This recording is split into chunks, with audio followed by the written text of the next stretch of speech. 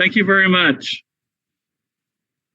Today we want to begin with a review of the midterm. We want to go over the midterm exam. So number one, we want V out equals 0.5 V1 minus 0.5 V2 plus 2 V3. We only want to do this 2 op amps, and we want each input to have at least 20K. Okay. This is the only one with a negative gain. Okay. So the other two would go through 2 inverting summers.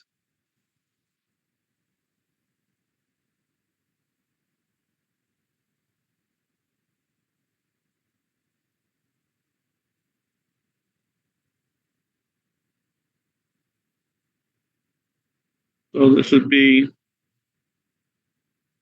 V3, and this would be V1.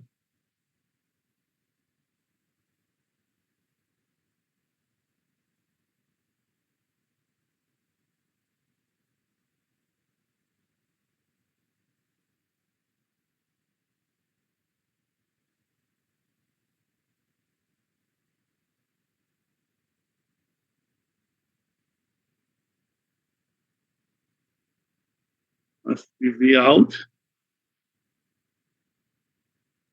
And this would be V2. Okay.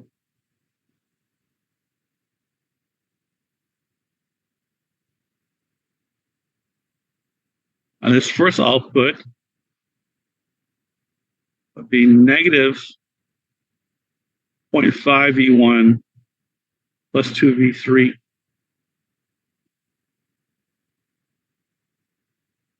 Okay. Good afternoon, Dr. Cartwright. Sorry, Yes, get out. 3 minutes late. That one looked like the midterm questions you going over. Am I correct? Yes. All right. Thank you. Okay. So V3, we will have 20K here. So we want a gain of 2. So that has to be 40K. I want to gain a half for V1. So this has to be 80K. And then V2, we're going to gain again of 80K. So if we make this 20K, then this would be 10K, and this would be 10K. Any questions about that? But of course, there are many answers. But this is the circuit that you need. Any questions about number one?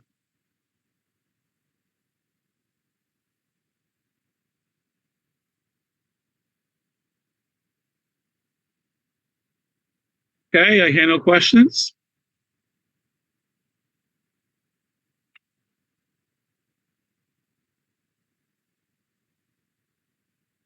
Two.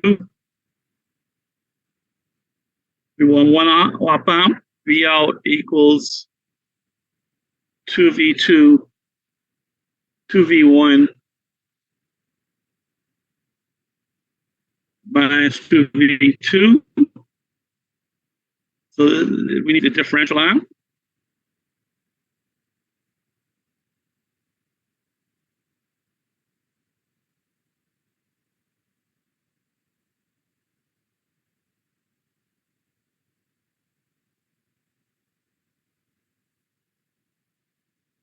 Okay, I didn't put any. So this is a positive input, positive output, non-inverting output. So this gotta be V1 here. This one's V1.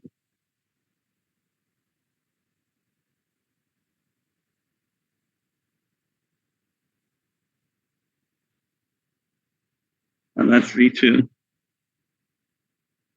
So we made this 10K. We need to gain, this has to be 20K.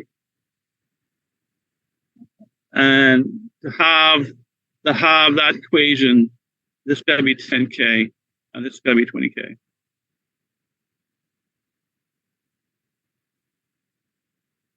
Any questions about that? So the positive voltage while yours is connected is positive side of the op amp. Yeah, non-inverting. You get the negative from the inverting terminal.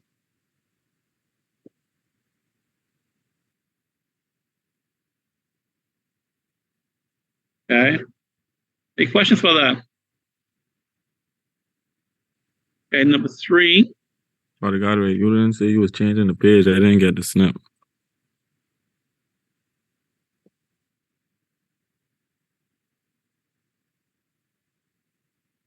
Okay, thanks.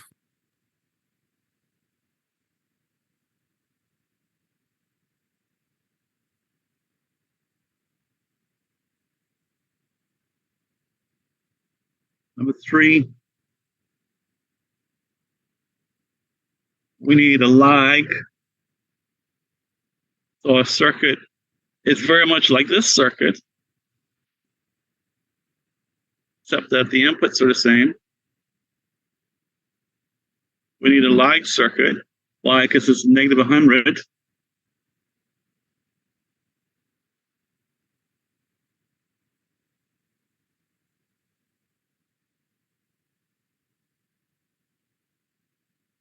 That's VI. There's VL phasor. This is one with SC. This is R. And this R can be different from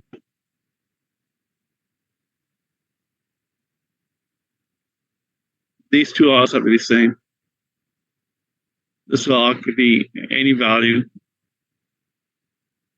Okay. And so what equation governs this? Okay. The phase of this, the transfer function is VL phasor over VI phasor. Okay. And the angle of the transfer function is -2 inverse tan of omega RC.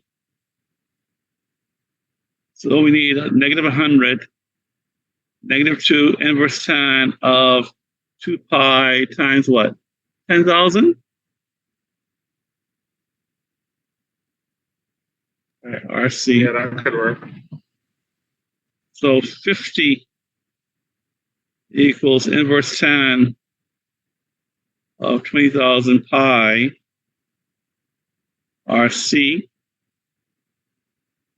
So tan 50 equals 20,000 RC.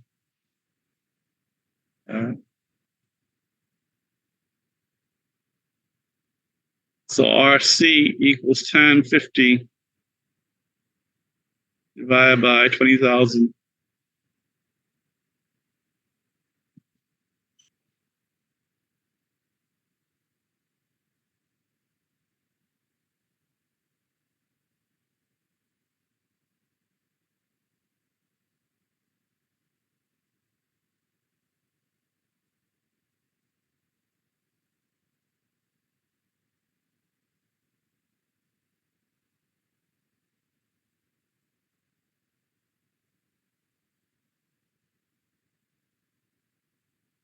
So that's 59.59 microseconds.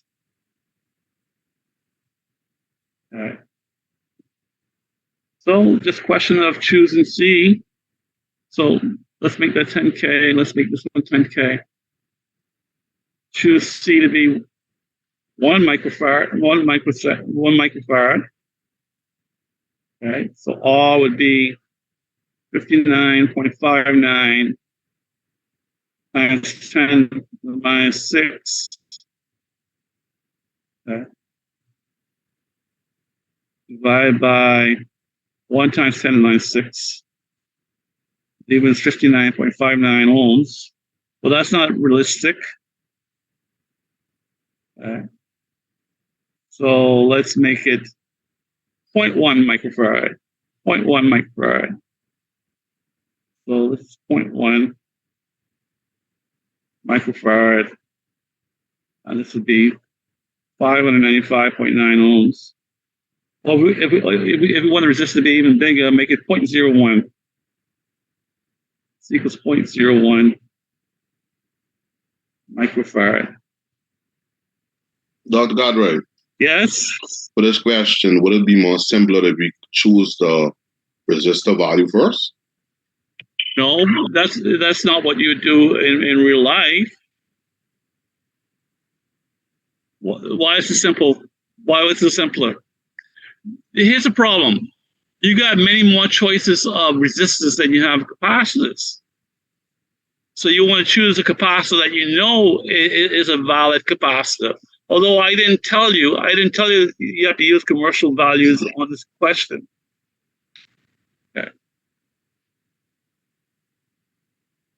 Do you understand what I was saying? Yeah, I understand. Okay. So 59.59 divided by 0.01. Yes, 5,959 ohms. Okay. So you picked a 1% that's very close to this. Any questions about that?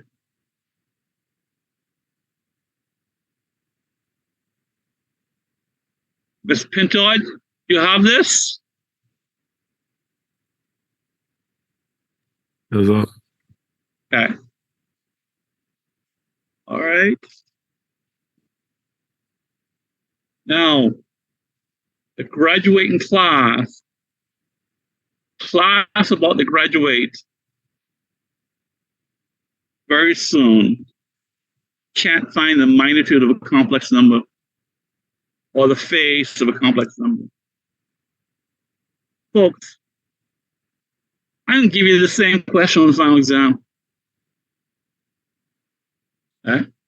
I don't know why y'all can't get this right. I don't know why this is so difficult for you all.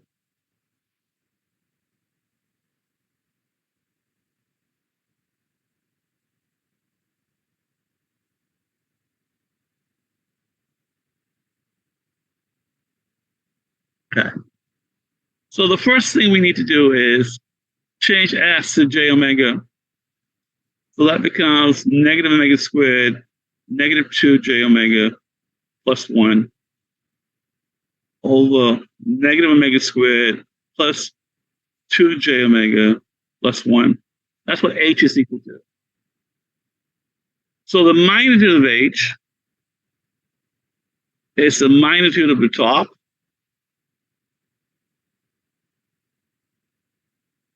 over the magnitude of the bottom.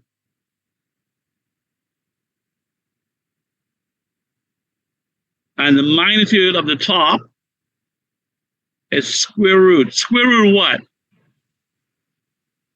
The square root of what? You would have the real squared, and then plus the imaginary squared. All right. This is real. That's real. Can I ask a question before you move on? Yeah, go ahead. You see in the denominator the negative j omega squared. I thought that would have been positive. Why? Why? Because if S squared is negative omega squared on top, why isn't S squared negative omega squared on the bottom? Yeah, I see what you're saying.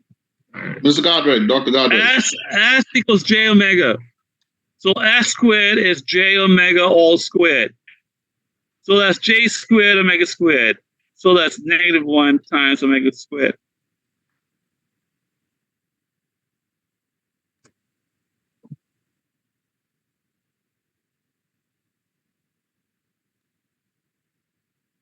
Yeah, Mr. Beauchamp, you have a question?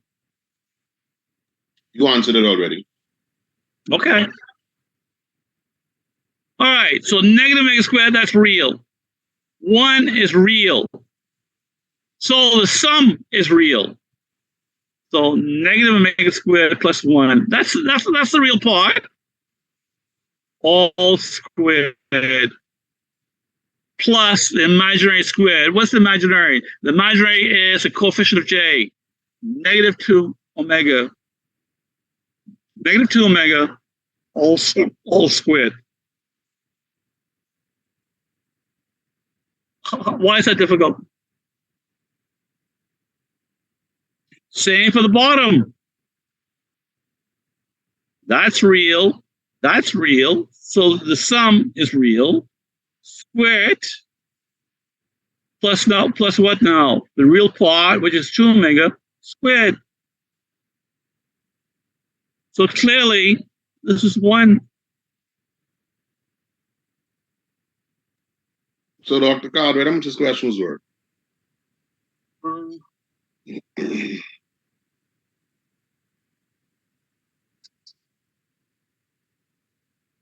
14, 28 mark, 28. The magnitude is 14 and the phase is 14. So we don't get no points for working? Yeah, you get some points. I thought you get at least half for the working being right. Why do you think you get half? You get, depends on what you did. If all you did was this, then you got 2 points. You did I mean- wrong I mean, or right, for me- Dr. Cartwright? Excuse me? I say either wrong or right, Dr. Cartwright? No, that's not true. If it's partly right, then you get part marks. In my case, I only mixed I up. ain't get no part marks, man. You just Mr. put the Adley, whole stop thing talking up. fool. You are talking fool. I guarantee you got part marks. I ain't get no part marks. I am not treating you any different from any other student.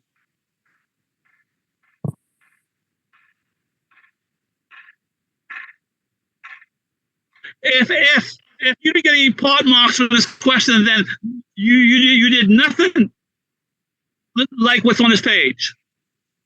You didn't even get this right. If you got no part marks, then you didn't even get this right. No, I got that right, but I still ain't get none. How many marks I took off? I think you took off a big chunk. How much this was out of 20? Mr. Adley, how many marks did I take off? I think you take like 8 off for this. Therefore, you got 6 marks. 6 marks, and I do almost everything right except this last piece. Mr. Adley, let me pull up what you did. I ain't gonna argue part. I'm not gonna argue part marks with any student. No, man, you don't gotta pull it up. You don't gotta pull it up. I can pull up to just show that you're a liar. That's what you're gonna do. You can put It's mine good. up, though. I ain't no liar, Dr. Cartwright. You just told me I gave you no part marks, and it turns out I gave you 6 part marks. 6 marks. And you still tell me you ain't lying? What I trying to say is it wasn't enough, one. I think I Yes, but here's the thing. You don't determine how much is enough. I determine how much is enough. And I'm not going to argue with you about that. yeah, man, that's straight, Dr. Cartwright. That's straight, man. Miss Bucham, what you saying? I was saying in my case, I mistakenly thought this negative omega squared was a part of the imaginary. That was the only mistake I made. That's a big mistake. That's a fundamental mistake.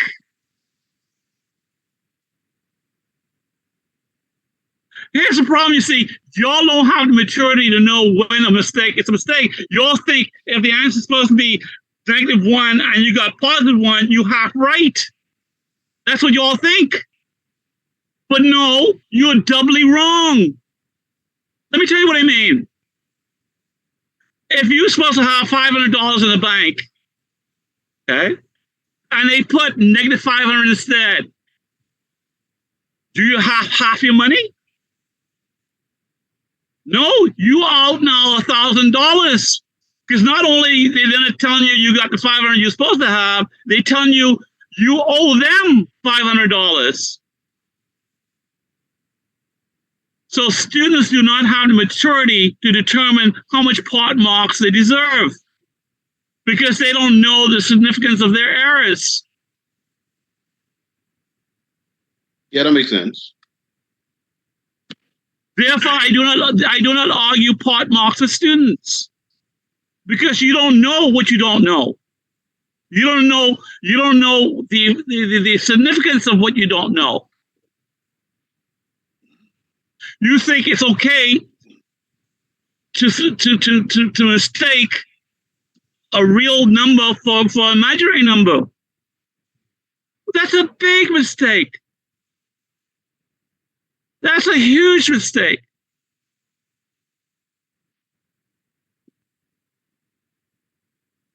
I'm curious, Mr. Buchamp, how much marks did I take off? My case, I got -10. Okay, so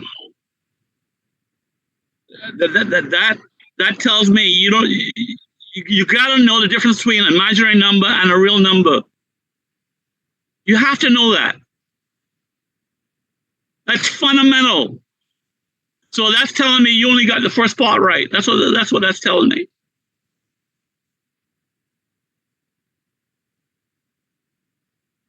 All right. Any other questions?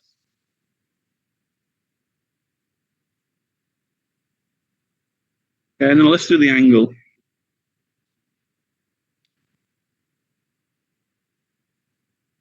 So the angle of H is the angle of the top.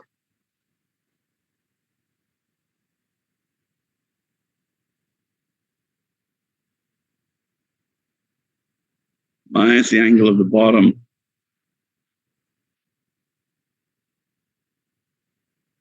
And again, you gotta know the difference between imaginary and real.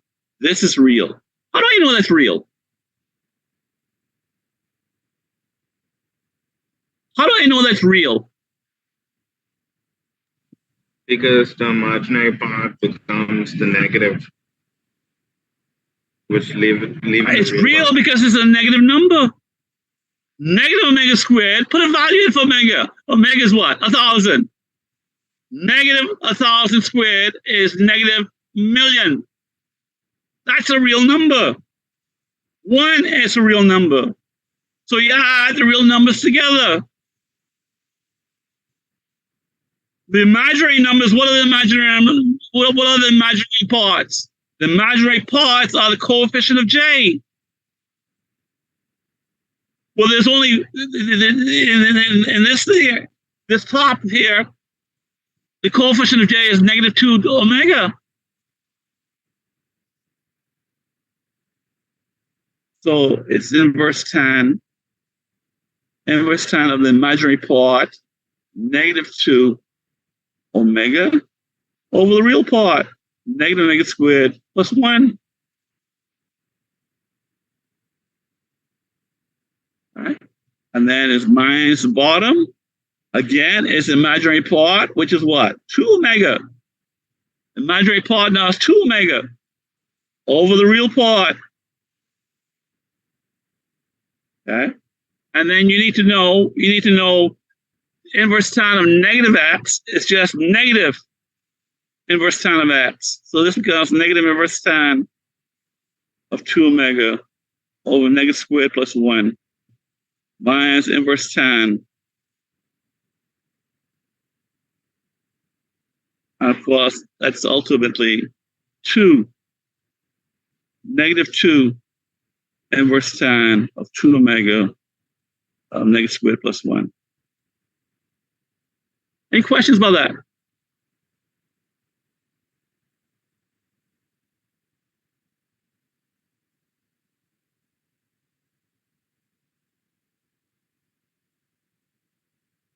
Again, the rules are simple, but you all don't practice, therefore you don't learn to apply the rules.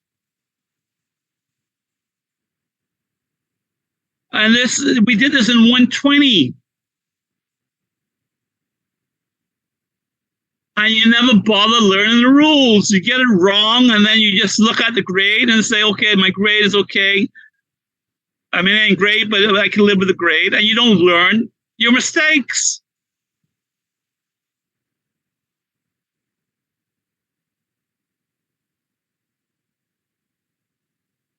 All right.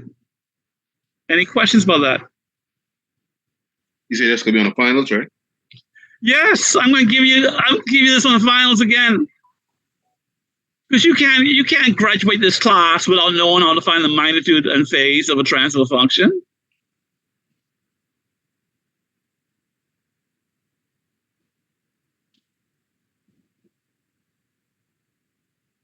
I mean, that's fundamental.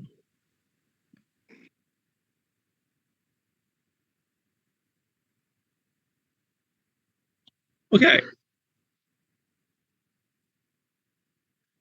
Everybody got a snap of 3?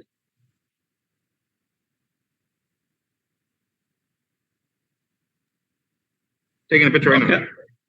You're taking a picture right now.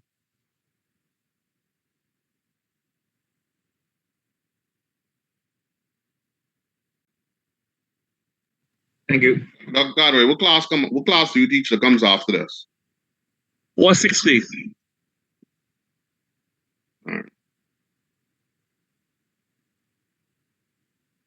And you teaching it, right? 460 about, Dr. Cartwright? Excuse me? What is 460? What's that about? Digital signal processing. Oh, So you still teaching it, right, Dr. Cartwright? Yes, I'm scheduled to teach it. you doing Unless that next semester, Dr. Cartwright? Excuse me? Next semester, you doing that? I plan to. You're talking about the fall, right? That's all. Yeah. All right. Now, let's go. Last question.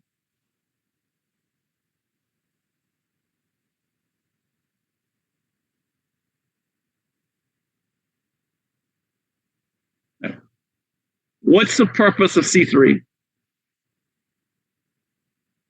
What's the purpose of C3? Coupling capacitor. Well, what is it couple?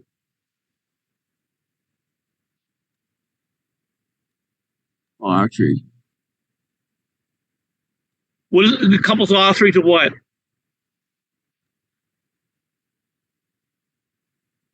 I know the reactor is supposed to be so small that these 10 times as small. It's the same thing as R3.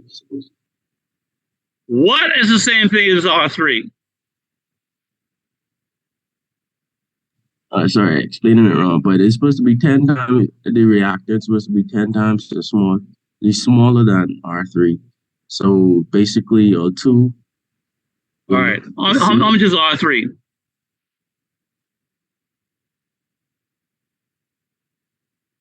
That's RI, right? RI is 10K, and RF is 20K. Okay. So this here is the number 5. Okay. So RI is 10K, RF is 20K. Okay. Now what's the gain? The gain is 1 plus RF of RI. Why? It's a non-inverting amplifier. 1 plus 20 over 10 equals 3. That's a gain. I couldn't believe. How much points does worth, Dr. Cartwright? I can't believe people got that wrong. Dr. Cartwright? Give me a second. How much That was points that was worth? That was worth 5 points. That was worth 5 points. 5 points? Yes. How you word that again, Dr. Cartwright? What do you mean how I worked to it? I mean, it's the way you worded it, I think, was almost threw me off. Excuse me? What do you mean? I mean, how you ask the question to find the voltage gain? I think it's a fun question. What is the voltage gain in mid frequencies? Why did you say mid frequencies? Because the gain depends upon the value of the reactance of the capacitor. We talked about that. At low frequencies, that's not going to be true. At low frequencies, here's RI, and then here's the reactance of the capacitor. Here's the impedance of the capacitor, negative JXI. At mid frequencies, this could be less than 10,000. No, less than 1,000. This is 10,000. So you need this to be less than 1,000.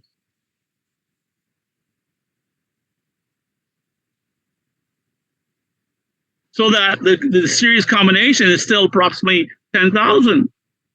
But at low frequencies, that's no longer true. As a matter of fact, at low frequencies, at very low frequencies, this is infinite. This becomes infinite, and therefore the gain will become 1. Because this is infinite, this becomes 0. And the gain will become 1 at low frequencies. And we talked about that. We talked about the fact that the capacitor has an effect at low frequencies. As a matter of fact, we did a simulation about this.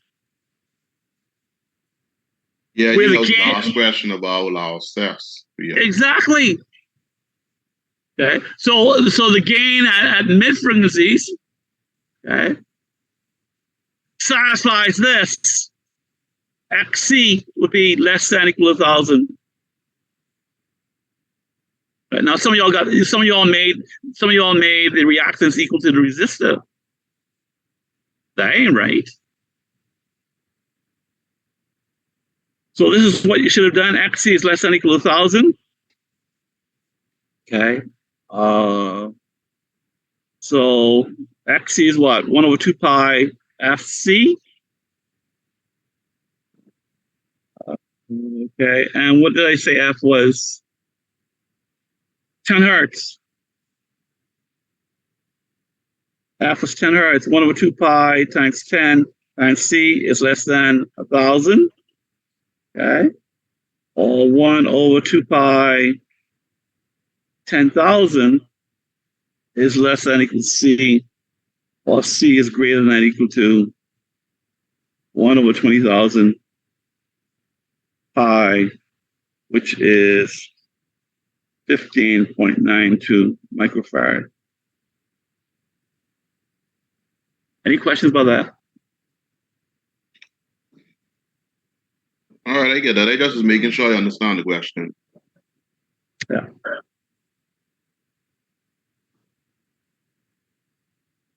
But I did that in about 33 minutes, and that's with bitching at y'all.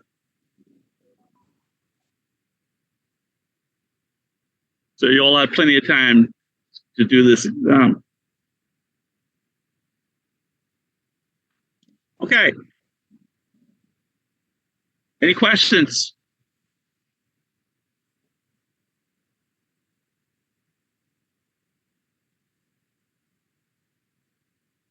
Okay.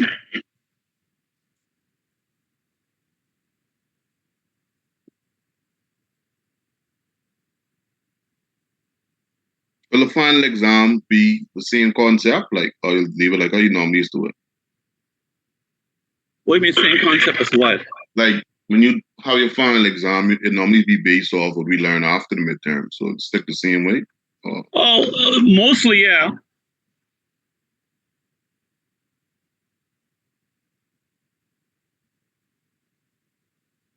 That don't mean you could forget what we did up to this point, because what we do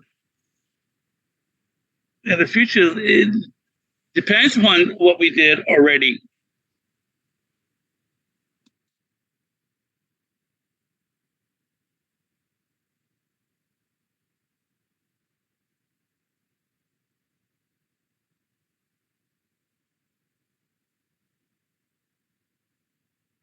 All right.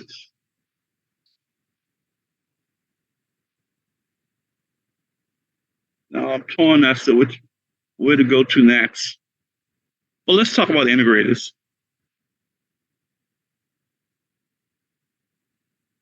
What do you think an integrator does?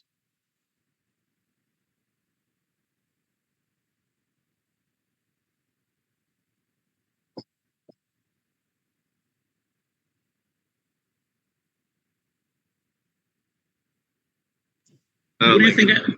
It brings something in, like it joins something with something else. Oh, you mean integrate? You mean it integrates and in that it brings things together? No, this is a mathematical integrator. This is a circuit that performs mathematical integration. You didn't think such a thing is possible, right? And it's a very simple circuit.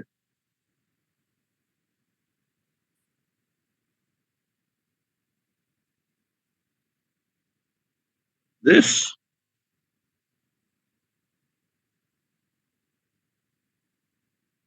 will integrate. This circuit here will integrate.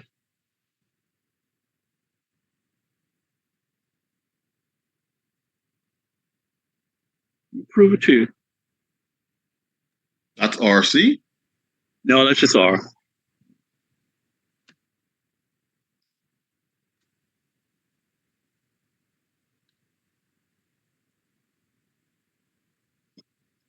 So this is time domain. So this is V I of t, and this is V out of t. What's II equal to?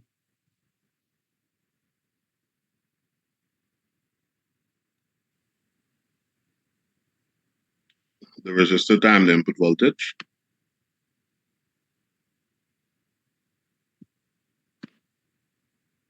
Why?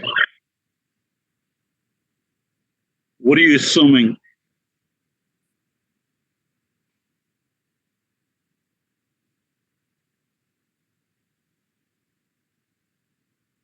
What are you assuming when you tell me that? I don't know.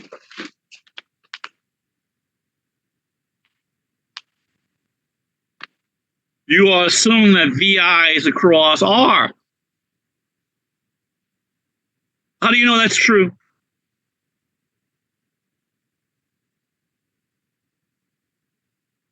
How do you know VI is across R?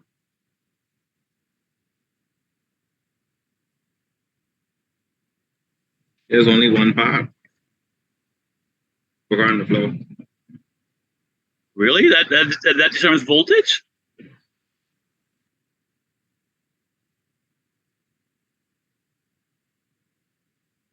Y'all don't learn shit. I mean, I teach you these principles, and they go in one ear and right out the other ear.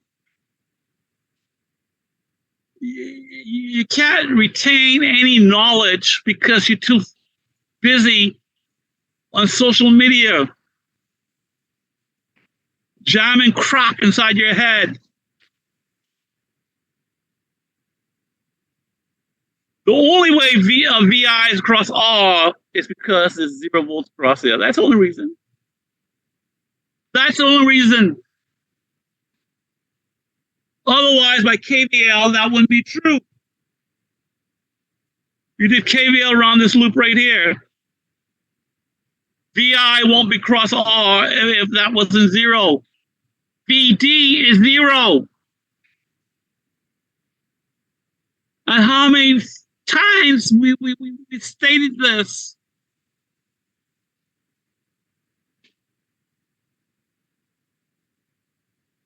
So indeed, II equals VI of R. What's I out equal to?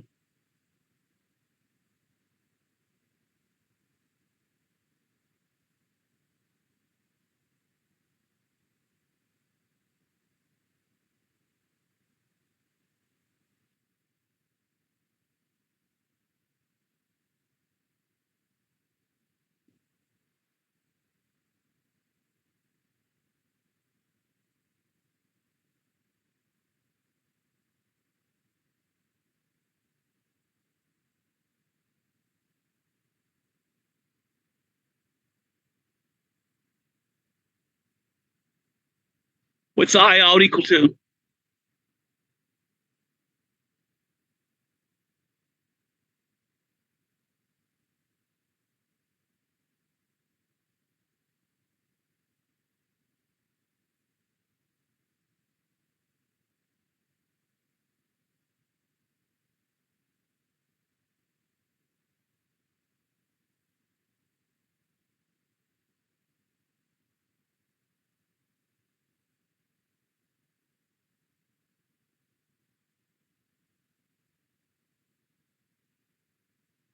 Wow.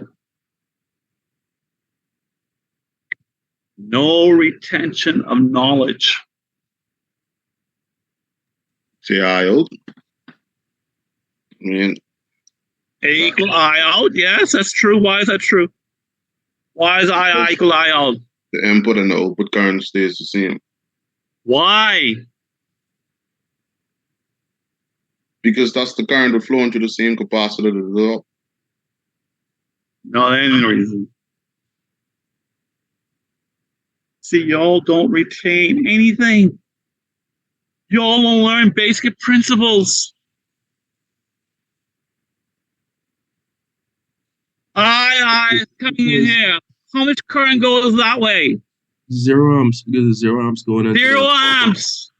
Yeah, so since you know that, why couldn't you answer my question?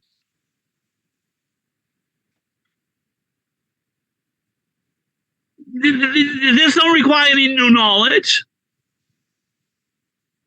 I out equals I because the current into the op amp is 0.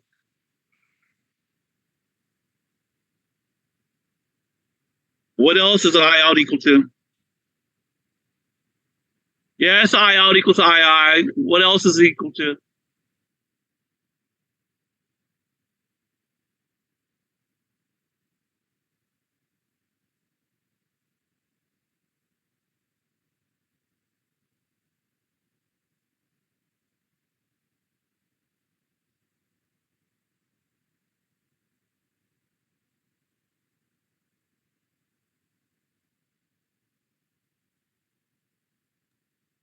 I mean, if I had to guess, wouldn't it be equal to the output volt no lie?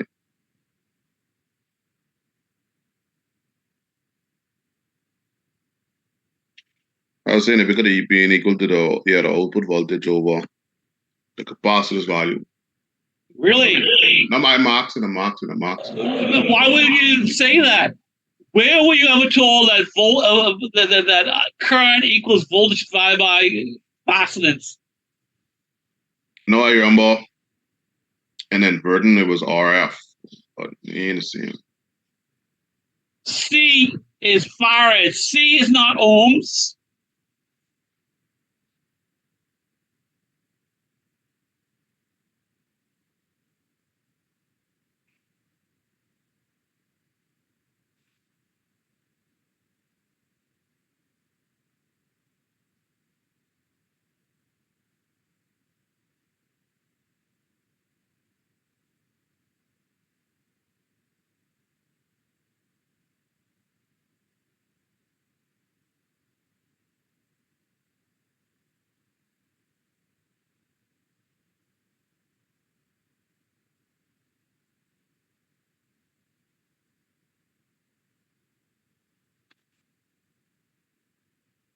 You see, this is a 320 question. This is a 320 question. Oh, since you said I think I remember that have something to do with the derivative of the integral. Yeah, I remember though.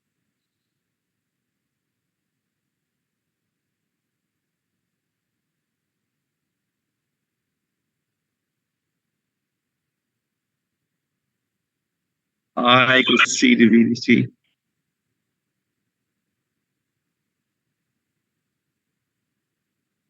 So we need this voltage. We need VC. We need VC. So I out equals C dVC dt. And how much is VC? What's the value of VC?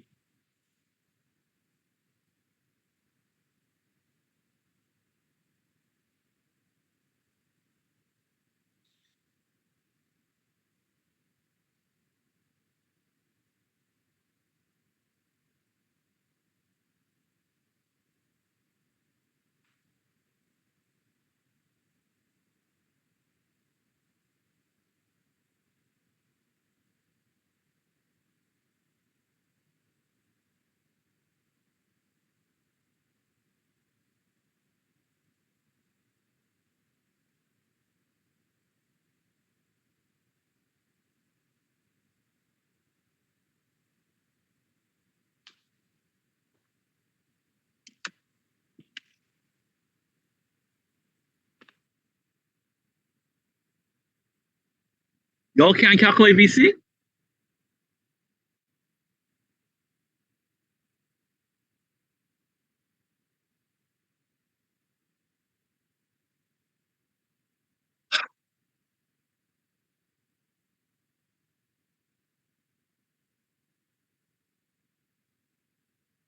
Y'all can graduate not know anything.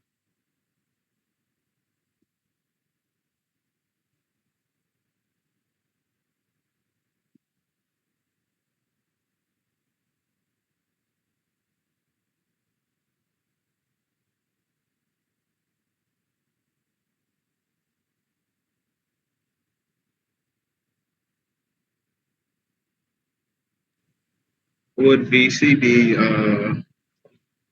I times dt divided by C? What are you talking about? You see, you circle something on the right. Yo, man, we're not looking at that anymore. We're looking at the circuit. We're looking at figure 1.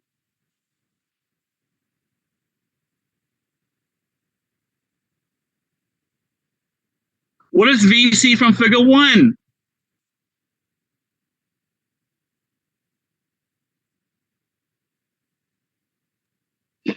So that means you can't just use what thing name Kirchhoff voltage when you do the loop around that side.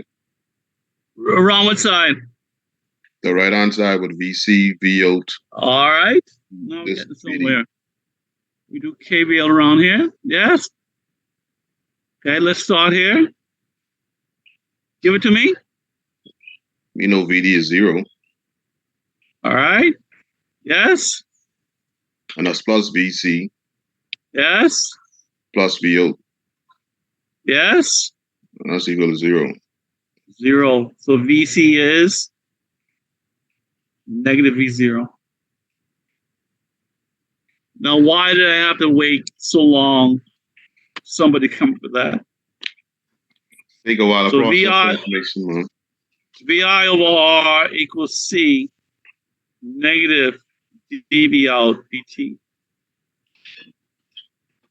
So VI equals negative RC dV out dt.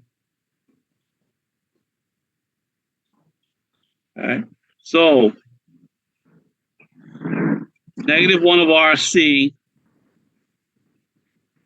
VI equals dV out dt. How do we change this to V out?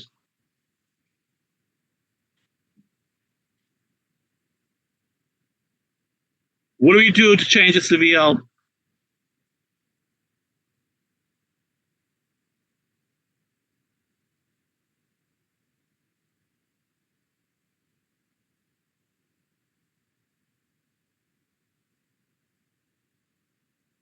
What do we do to dx to get x?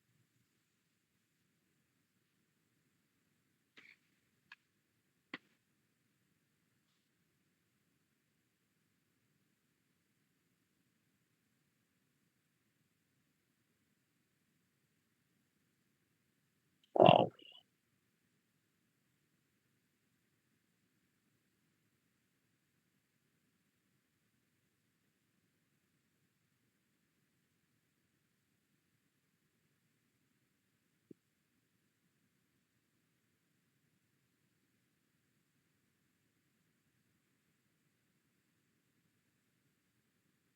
We integrate, but if we integrate that side, we got to integrate this side.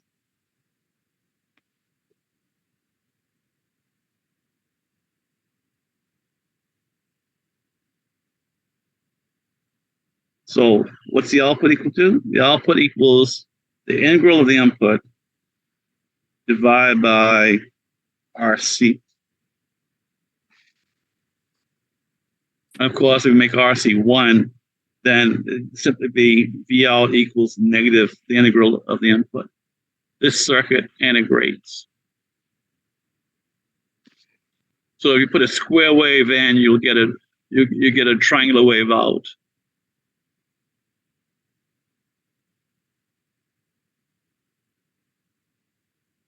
Any questions about this?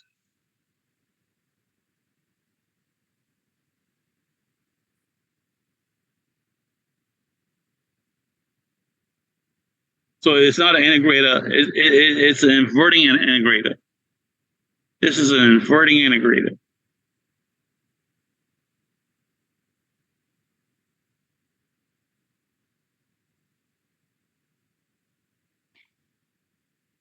All right. Everybody got a snip?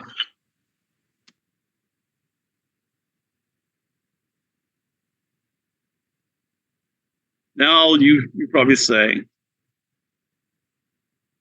where will we ever use this?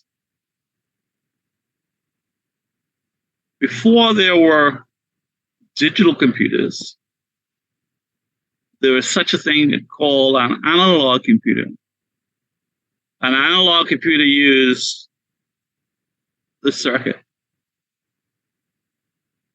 If you had a function integrate, you use an analog integrator. Okay. And they were a huge part of engineering before the digital computer came along. And in some special circumstances, it's still being used today. Okay. Now let's analyze that same circuit from a phasor domain perspective.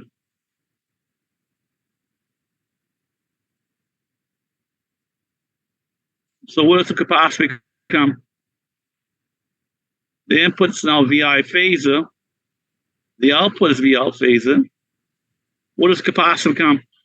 1 over SC. 1 over SC. And so what is VL phasor divided by VI phasor?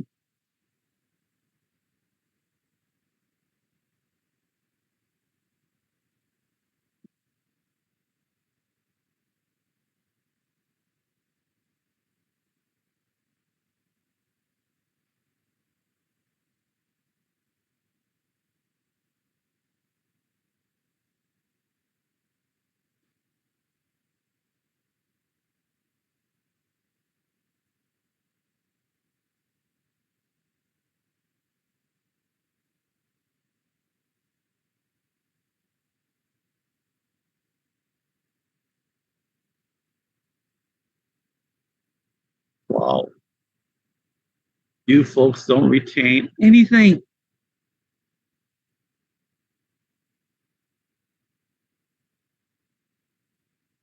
I'm pretty sure I gave this before. You don't retain it because you don't bother learning to begin with. I'm pretty sure I gave you this circuit before. It's a transfer function, right? Yeah, it's a transfer function.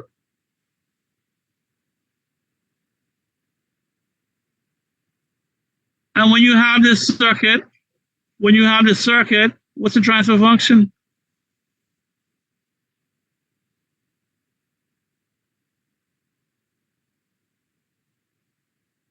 When you have this circuit, what's the transfer function?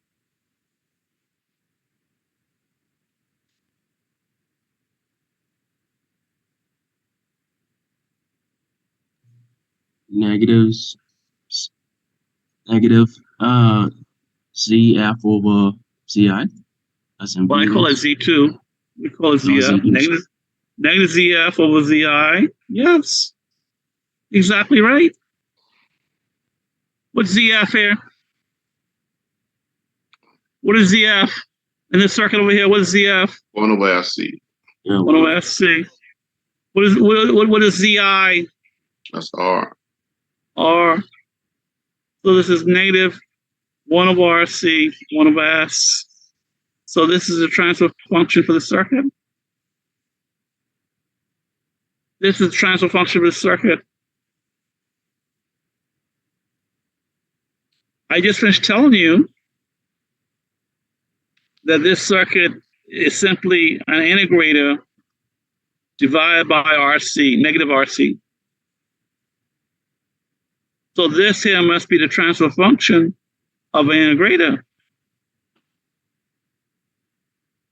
Okay. because this is just a constant. This is just a negative constant. So the transfer function of an integrator is 1 over s. And let's prove that another way. Let's prove that another way. Okay. Suppose VI is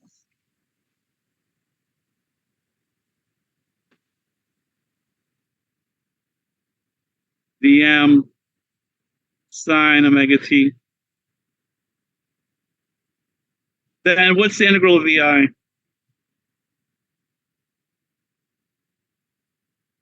What's the integral of VI?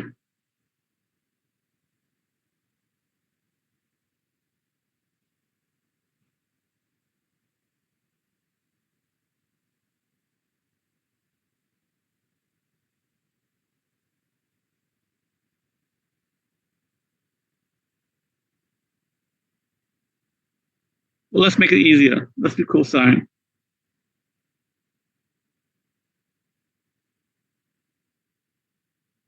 What's the integral of cosine?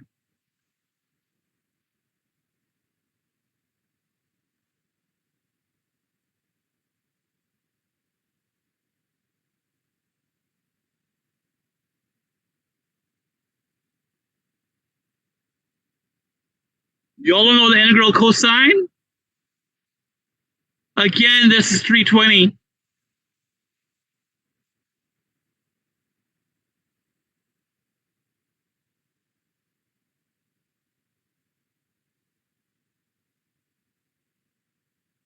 The integral cosine. I'm going to put this on a final exam too. I'm going to put this on the final exam. I mean, it's ridiculous that y'all learn courses just to pass them. That's just ridiculous. You don't retain it because you cram. The integral of cosine is sine divided by omega. So this here is Vm over omega cosine omega t minus 90 degrees.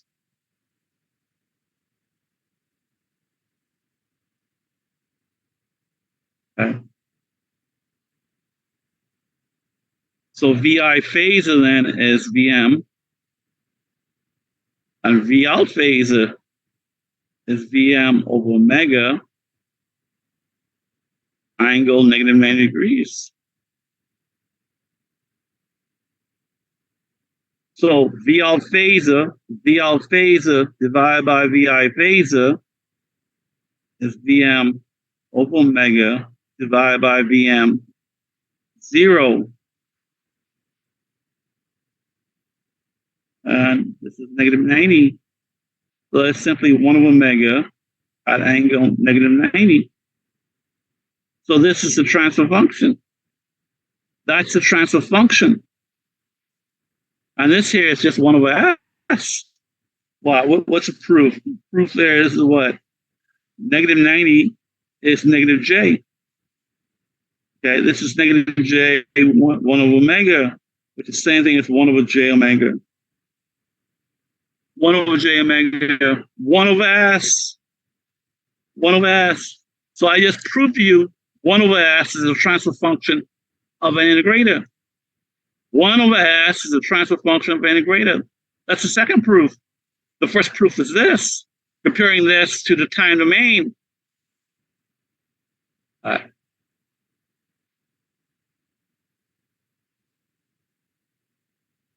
So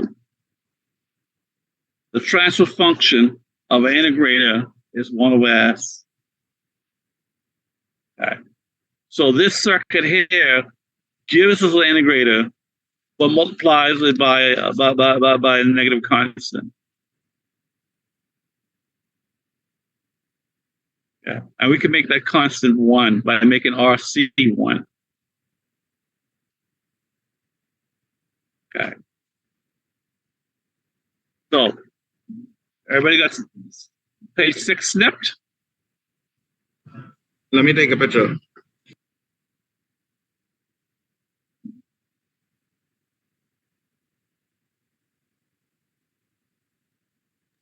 This is gonna be on the final dot, graduate. I don't know. I haven't done the final yet. I haven't made the final yet. Thank you. I advise you to learn it as if it were going to be in the final. Okay. So H1 integrator is 1 over S. So what's the magnitude of H? What's the magnitude of H?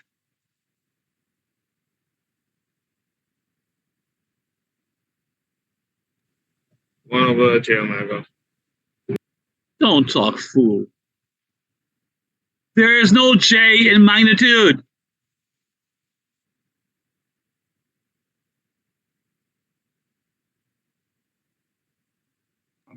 One over omega. 1 over omega. 1 omega. This here is 1 over J omega. H is 1 over J omega. Which of course is the same thing as 1 over omega 90 at the bottom, which is 1 over omega negative 90. The magnitude is clearly 1 over omega. What's the angle? What's the angle of H?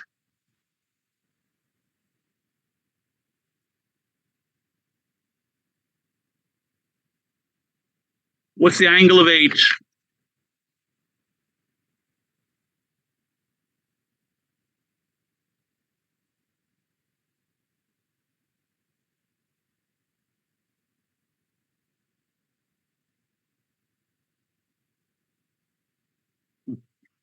Boy, you all suck now.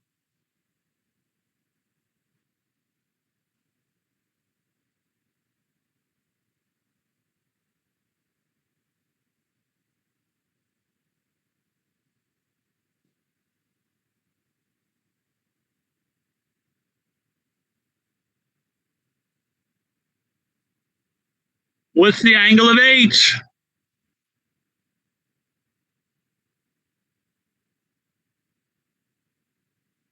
It's right there on the page staring you in the face. Negative 90 degrees.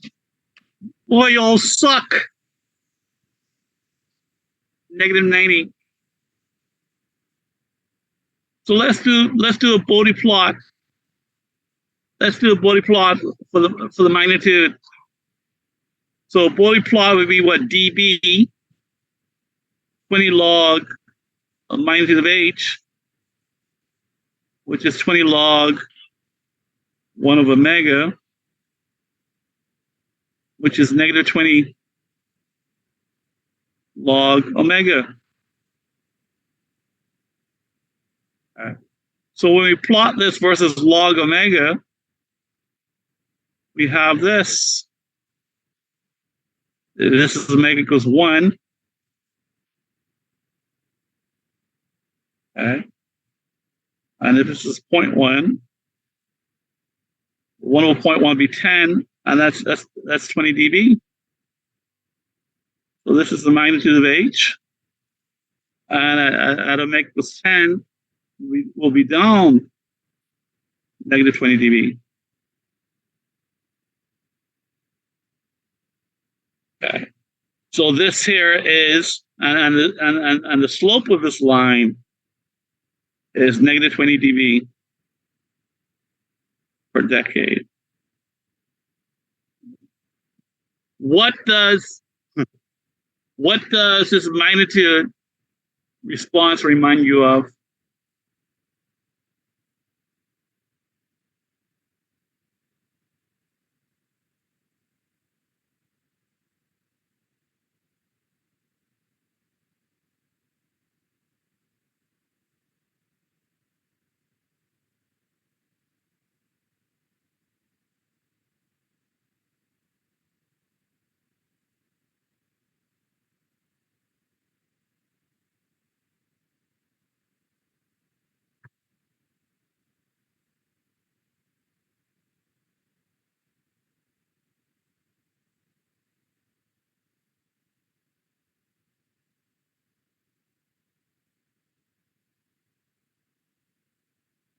So you never seen a magnitude response like this.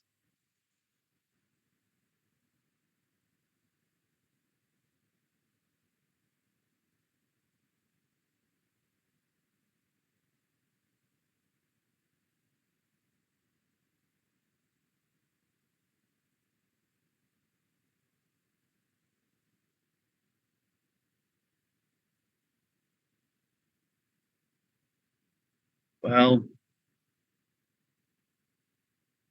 course you've seen it. You've seen that, haven't you? What is this? What is this a magnitude response of?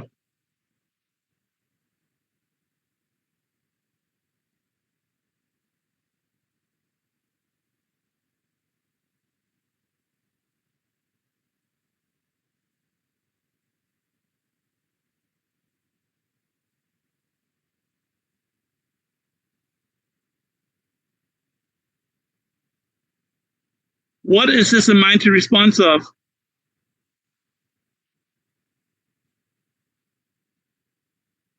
It's a low pass filter. First order low pass filter. Okay. So over this range, as far as magnitude is concerned, a low pass filter is behaving like an integrator.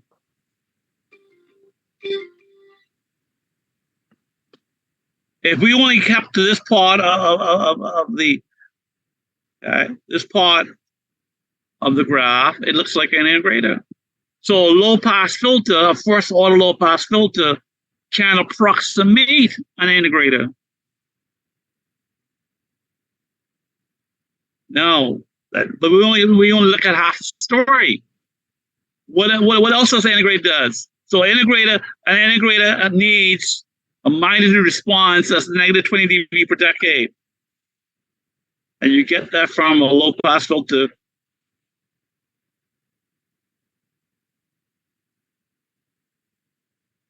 What else we need? We need phase of negative 90. No matter the frequency, the phase angle must be negative 90 degrees.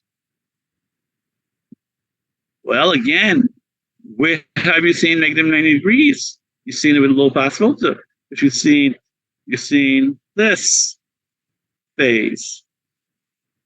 This is 0 degrees, and this is negative 90 degrees. Okay, and this here is the cutoff frequency, and that's at negative 45 degrees. So from this point on,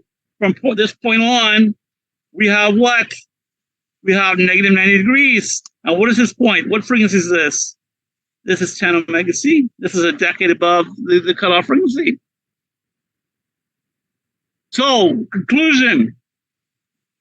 A first order low pass filter looks like an integrator, provided we are operating in frequencies above a decade above the cutoff frequency.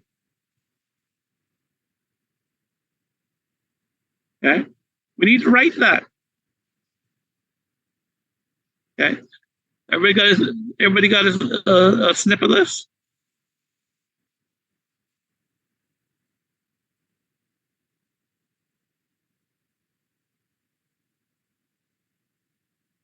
All right.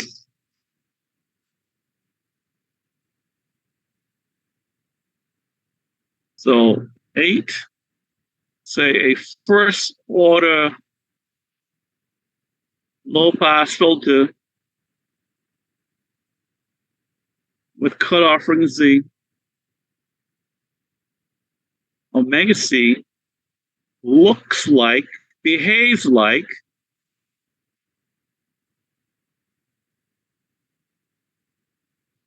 an integrator as long as omega is greater than or equal to 10 omega C.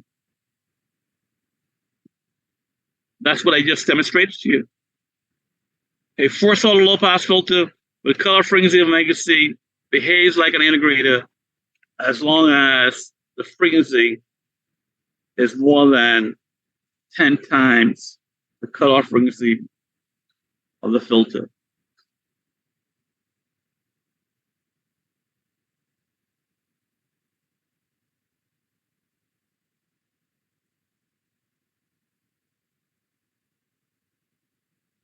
Okay?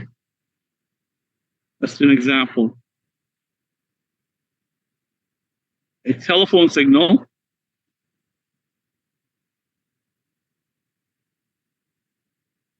has what frequencies?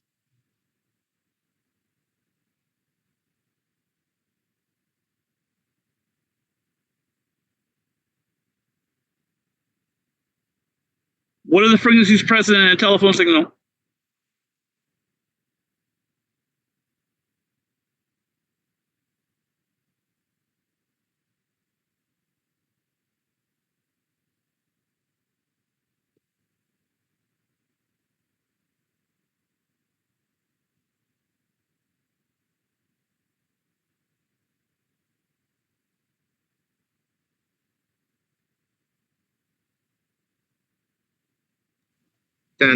Hertz. Really? A telephone signal has only one frequency? I know there's Is- range though. Like Of course there is a range. probably like It's a range you should have, huh? like 2 to 300 to like up to 4,000 hertz or something like that. It's 300 hertz. It's 3,300 hertz. Those are the frequencies. Those are the frequencies in a telephone signal. And again, you should have gotten that in 243.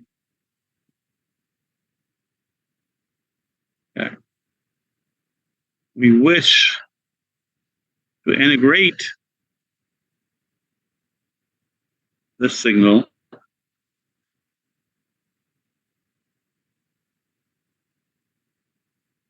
with a first order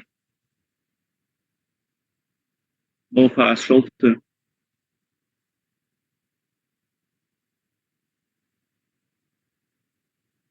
What should be its cutoff frequency?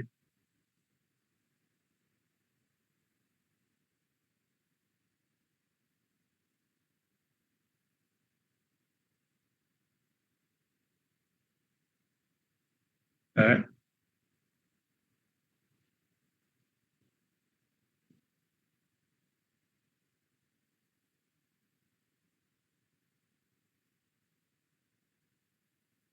So what do we just find out? F should be greater than equal to what? 10 FC. Because this statement here is equivalent to this statement here.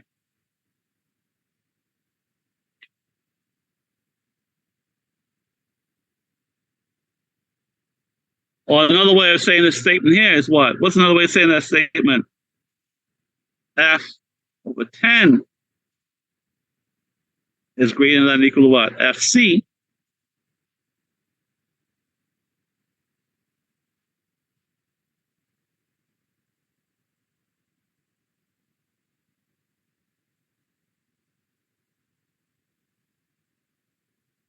Or FC is less than or equal to. FC is less than or equal to what? F over 10.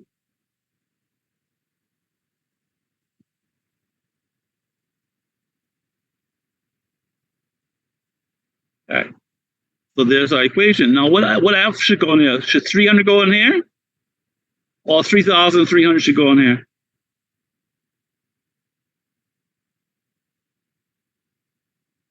We want to integrate this whole. We want to integrate this whole band.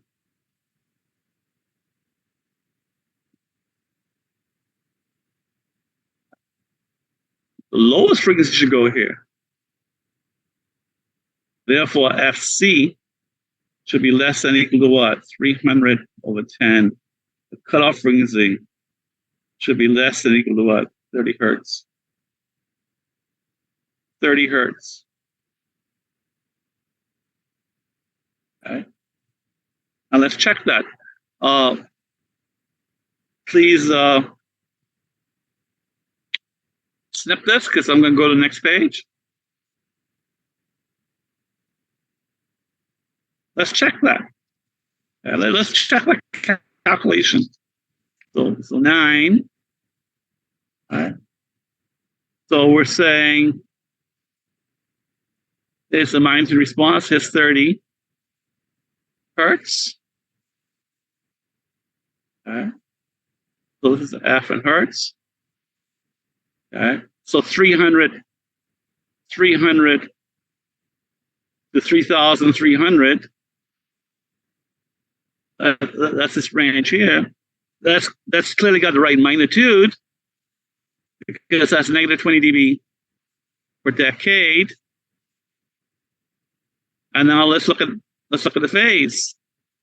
Remember the phase?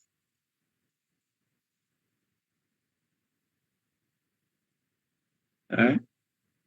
This is 0 degrees. This here is 30 degrees. So this here is 300. And that's negative 45 degrees. And this is negative 90. So we got the negative 90 from 300. There's 300. And there's 3,300. So the phase shift is negative 90. Okay. So that demonstrates a first order low pass filter with cutoff frequency less than 30 hertz will approximately integrate a telephone signal. Any questions about that?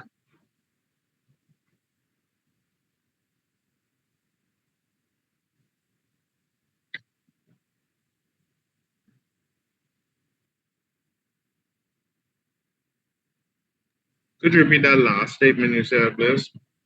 I'm just saying what these graphs are saying. Tell me what you think these graphs are saying.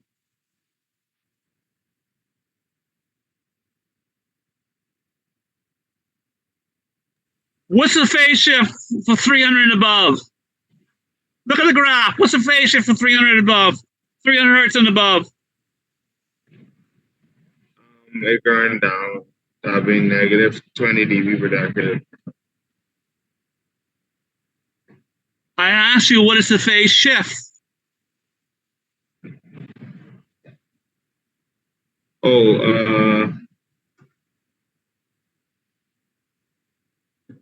So from 300, I see 300. What is the phase shift?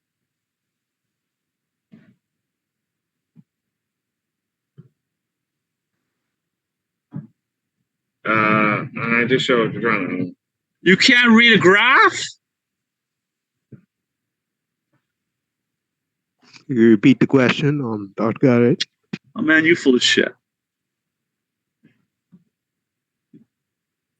I am asking, what is the phase shift? Look, read the graph. What is the phase shift for frequencies greater than 300? You asking Israel or you asking Blaster? Well, I was asking Mr. Johnson. I was asking Mr. Johnson because he seemed to be confused. Mr. Johnson, read the graph. What is the phase for frequencies between 300 and 3,300?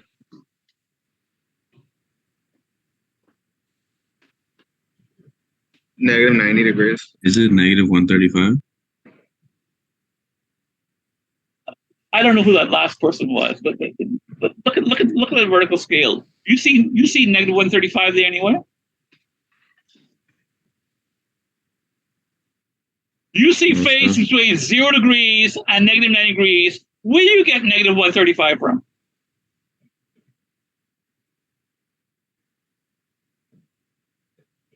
I have to So give it's still negative 90 degrees then. Negative 90 degrees. And for integrator, what phase do we need?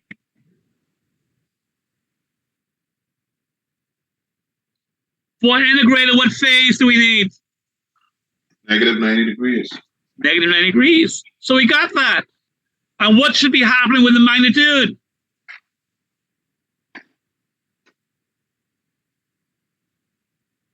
What should be happening with the It magnitude? should This have is, negative 20 dB.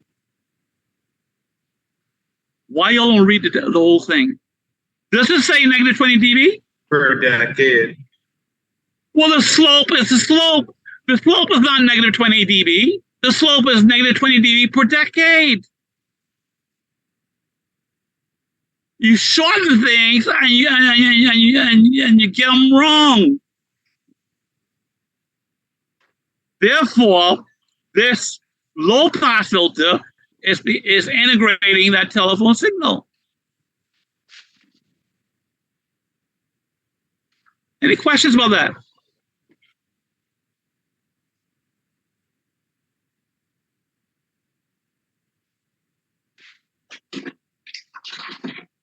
What does integrated do? Integrated gives us a phase shift of negative 90 degrees. And what else? A magnitude of negative 20 dB per decade. As long as you have those two things, you have an integrator. It's behaving like an integrator.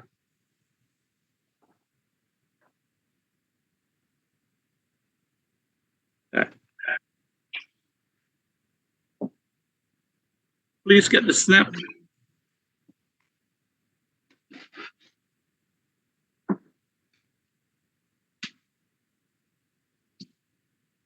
All right. So before I go, any questions about this? But I got it. I just want to ask you something for just 5 seconds. I'll have the glasses do good. All right. All right. Anybody else?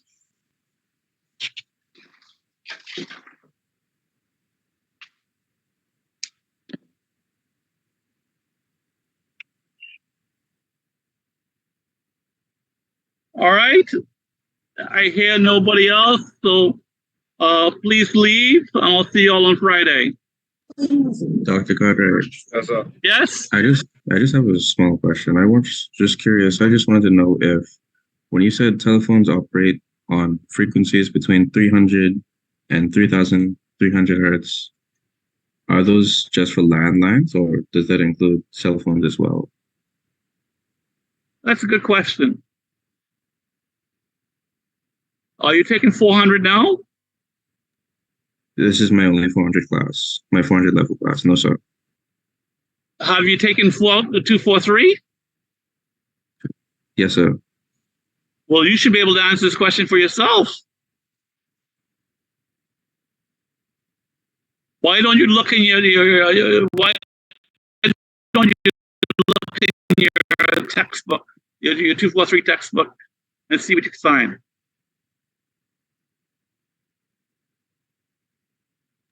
Dr. Cartwright, Yes. would you happen to know the name of the textbook? Because our teacher actually didn't tell us to get a textbook for our class.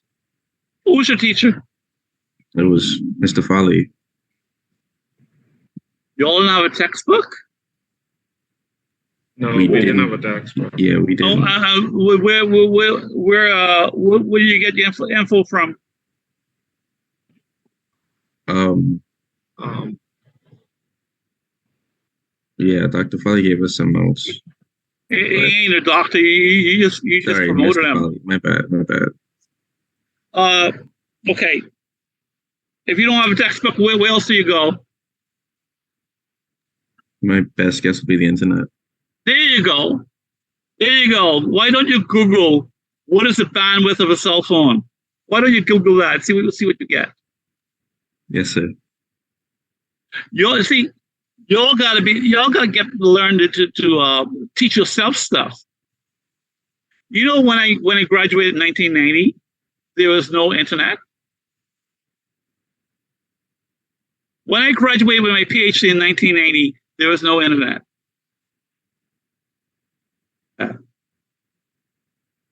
Well, that's not quite true. There was internet in a very primitive form, and not you couldn't communicate with everybody. Only certain institutions could communicate with each other. Certain schools, big time schools, could communicate with each other. I had to teach myself the internet. This is what you need to know. this is what you need to do. You need to learn how to learn. Because in 5 years, this stuff I'm teaching you now is going to be replaced by something else. And you're going to need to know how to learn that new stuff. And on the internet, you can find answers to almost any question you ask. You just have to keep digging. So look for that. Tell me what you find. Yes, Okay? sir. Thank you. Okay.